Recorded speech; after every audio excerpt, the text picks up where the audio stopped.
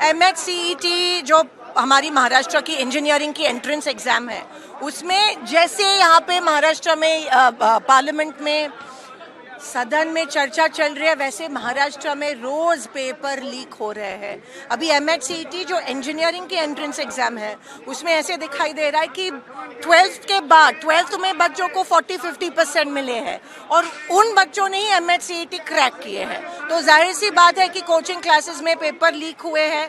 जिनके पास पैसे है वो पेपर खरीद के MHCET अब क्रैक कर रहे हैं।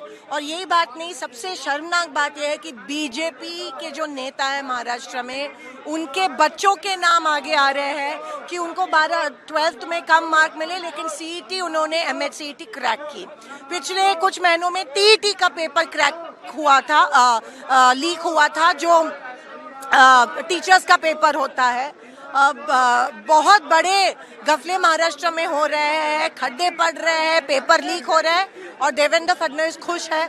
उन्होंने जवाब देना ज़रूरी है। महाराष्ट्र के बच्चों का जो भविष्य है कि उनके साथ बहुत बड़ी खेली ये महाराष्ट्र की सरकार खेल रही है। इधर सदन में पेपर लीक के बारे में चर्चा हो रही है और वहाँ पे अभी तक पेपर लीक हो रहे हैं। ये बहुत ही शर्मनाक बात है हमारे महाराष्ट्र के लिए और CM ने इसका जवाब देना चाहिए। शिक्षा मंत्री जो महाराष्ट्र के, उन्होंने रेजिग्नेशन देने की जरूरत है। तो भाजपा के अंदर ओढ़ लगी कि कौन कितना ज्यादा राहुल गांधी को गाली ने, ताकि उसके नंबर बने पार्टी में। राहुल गांधी जी ने ट्वीट इससे कोई फर्क नहीं पड़ने वाला।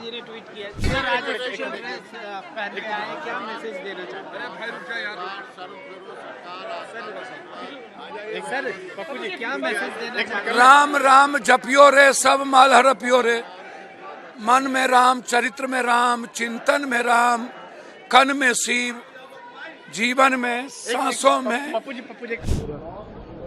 Sir, Kaveri Water Management. We are very clear. There is a Kaveri Management Board, and whatever the Kaveri Management Board decides has to be implemented.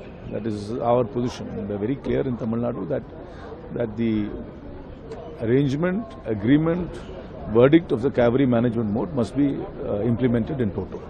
But BJP is saying that Karnataka government must go for re-appeal. No, that is up to them. They have their legal rights. We are only reiterating our position that order must be implemented in toto. That order is a very detailed order, and the agreement and the arrangement is also a very detailed arrangement. It takes into all scenarios into account, and based on that order, it has to be implemented.